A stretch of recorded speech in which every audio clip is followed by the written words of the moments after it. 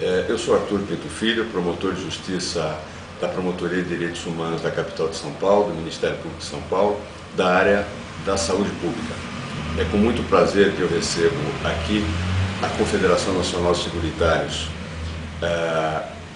para discutir uma questão muito importante, que é essa nova lei aprovada pela Assembleia Legislativa do Estado de São Paulo e que faculta a terceirização de toda a saúde pública no Estado. Percebam que isso só foi aprovado no Estado. Nenhuma outra unidade da Federação teve tamanha ousadia de entregar 25% dos leitos do SUS, do atendimento do SUS, para a rede privada.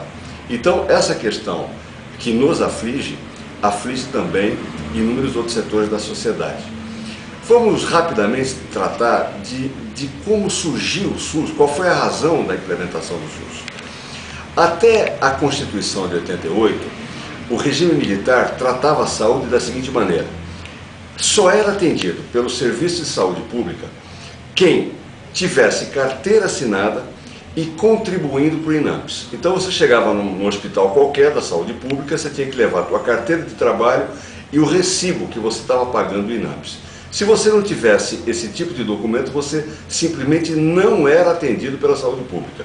Você, trabalhador informal, você desempregado, você dona de casa, você que não tinha possibilidade de trabalho, somente era atendido pelo Hospital da Freirinha, pelo pessoal que dava sopão, enfim, era uma barbaridade. Inclusive os trabalhadores rurais, poucos eram atendidos pelo sistema de saúde.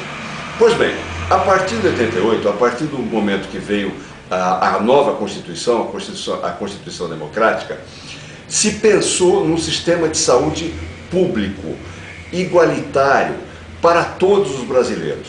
E se criou o SUS. O SUS foi um grande, talvez o maior avanço da Constituição de 1988. Vejam bem, a Constituição, que já vigora há 21 anos, foi alterada 57 vezes. Alterações gravíssimas, algumas delas, ou a maioria delas, sempre contra os interesses da classe trabalhadora. E vamos dar um exemplo. O Constituinte criou um dispositivo na Constituição que dizia o seguinte: os juros máximos que as empresas bancárias podem cobrar é 12%. Evidentemente, esse dispositivo que facilitava a vida de todos nós foi revogado. Mas 57 ataques contra a Constituição, 57 emendas, nenhuma delas atingiu o SUS. O SUS continua tal qual foi posto pela Constituição de 88, original.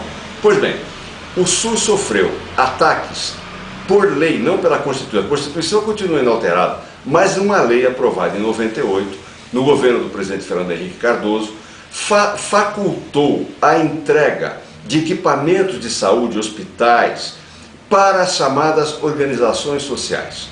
Organizações sociais que recebem esses próprios do Estado sem licitação. Em São Paulo, o então governador Mário Covas, o finado governador Mário Covas, também fez aprovar uma lei no mesmo sentido. E aqui na cidade de São Paulo, 6 hospitais estaduais são entregues às chamadas OS. Eles funcionam bem? Claramente não. Vamos dar um exemplo dos jornais dos últimos dias. Os jornais foram nos hospitais de Vila Alpina, Grajaú e Pedreira. Perceberam longas filas e constataram e colocaram nas matérias que esses próprios sequer tinham papel higiênico e sabonete para lavar a mão. Num momento gravíssimo da gripe suína, em que se exige não só papel higiênico e sabonete, mas mesmo gel, que também não tinha nesses hospitais. Filas imensas, atendimento muito precário ao povo. Então não melhorou absolutamente nada. Agora se aprovou uma lei que vai piorar em muito a situação. Eu vou lembrar somente 3 pontos em que essa lei piora demais a situação do atendido pelo SUS. A primeira situação é a seguinte: as organizações sociais vão receber os equipamentos do Estado, os hospitais do Estado, e vão poder receber nesses equipamentos do Estado 25% dos seus atendimentos para a rede privada. Ou a rede privada própria, que o cidadão chega ali e paga a sua consulta, ou a rede privada por conta dos planos de saúde. 25%.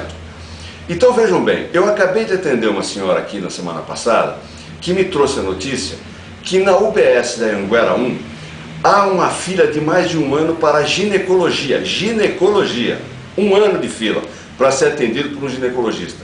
Pois bem, aprovada essa lei, a fila vai ser então de 1 ano e mais 2 meses e meio. 25% de todo o equipamento vai ser terceirizado, vai ser entregue ao serviço privado. Outra situação gravíssima é o seguinte: essas OS recebem os hospitais sem licitação, sem que o Estado diga ao menos como e por que entregou para X OS e não para outra OS. A inexistência da licitação é um ataque direto ao princípio da igualdade e da publicidade também.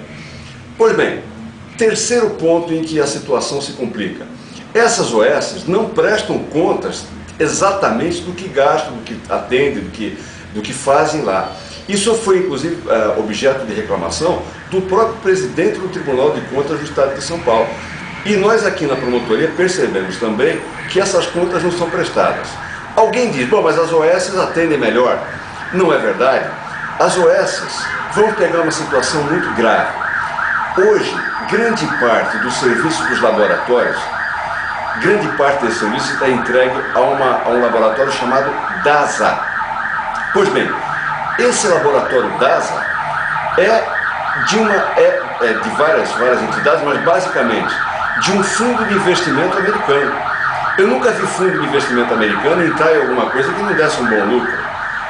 E mais, a situação é de tal gravidade que se um governo posterior desejar romper esse contrato com a OS, ele vai receber de volta o patrimônio público, mas vai receber também toda a dívida trabalhista que essa empresa tenha e vai ter que pagar uma multa altíssima pela quebra de contrato.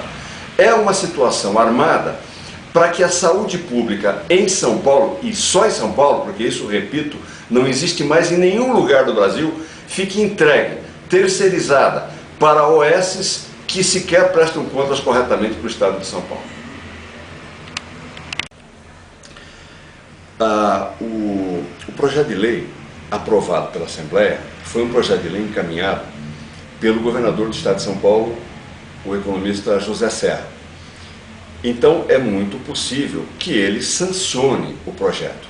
Entretanto, o projeto voltou, como a Constituição assim exige, à mesa do governador para sanção ou veto.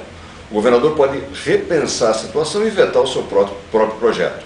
Aguardamos que ele tenha a sensibilidade para vetar esse projeto que altera muito a questão da saúde pública em São Paulo. Para finalizar, eu gostaria de colocar uma questão que a imprensa tem dado de forma incorreta. É como se a lei simplesmente possibilitasse, a lei nova, essa lei aprovada pela Assembleia, possibilitasse que o SUS cobrasse dos planos de saúde o seu atendimento. Isso não é verdade, porque essa lei já existe há mais de 10 anos. Vamos dar um exemplo. Meu exemplo. Eu estava numa pequena cidade do interior, senti um problema de saúde, tenho plano de saúde, mas o meu plano de saúde não tinha nenhum hospital naquela cidade. Procurei o quê? Procurei a Rede SUS. Fui atendido pela Rede SUS, que comigo gastou dinheiro. A Rede SUS está autorizada desde 98 a cobrar do meu plano de saúde o meu atendimento no SUS. Ocorre que não cobra o atendimento. Então, o que vai se fazer não é facilitar, facultar o SUS cobrar do plano de saúde eventual atendimento conveniado. O que vai se entregar é 25% de todo o atendimento para a rede privada. Se a gente for hoje no INCOR, que funciona dessa maneira, nós vamos perceber duas portas. Uma porta do SUS, em que se demora meses para o atendimento, e uma porta privada, em que se demora semanas para o atendimento. Isto vai ser colocado para toda a rede estadual, numa situação gravíssima para o povo de São Paulo.